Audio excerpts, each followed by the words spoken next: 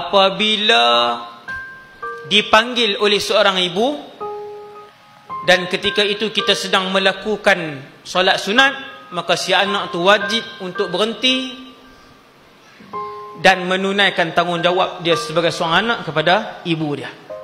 Kerana melakukan kebaikan dan ketaatan kepada ibu hukumnya wajib, dan semayang yang dia buat itu hukumnya sunat. Mendahulukan yang wajib lebih utama dan lebih perlu daripada sunat tadi.